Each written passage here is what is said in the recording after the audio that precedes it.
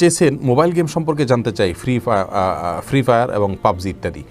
দেখুন ভাই তাহমিদ, মোবাইলে গেমস খেলা কোনো মুসলমানের জন্য জায়েজ নাই, উচিত নয়, কারণ এটি সময়ের অপচয় এবং এটি অর্থহীন কাজ। আল্লাহ তাআলা কোরআনে কারিমে বলেছেন, যে সমস্ত ইমানদাররা শেষ হাসি হাসবে, জান্নাতুল ফেরদাউসে যাবে, সফল সার্থক হবে, তাদের একটি বৈশিষ্ট্য হলো ওয়াল্লাযীনা হুম আনিল লাগবি মুরিদুন, যারা অনর্থক অযথা কাজ থেকে বিরত থাকে। তো মোবাইলে যদি কেউ গেমস খেলেন তাহলে সেটা অনর্থক কাজে লিপ্ত হওয়ার শামিল এবং এর কারণে তিনি গুনাহগার হবেন। অতএব মোবাইলে যে কোনো ধরনের গেমস যেগুলো প্রচলিত আছে, এই ধরনের গেমস থেকে আমাদেরকে বেঁচে থাকার চেষ্টা করতে হবে, এর ফলে আমরা গুনাহে লিপ্ত হয়ে যাব। আর ফ্রি ফায়ার বা পাবজি, বিশেষ করে পাবজির ক্ষেত্রে আমরা জানি যে এই ধরনের গেমসগুলো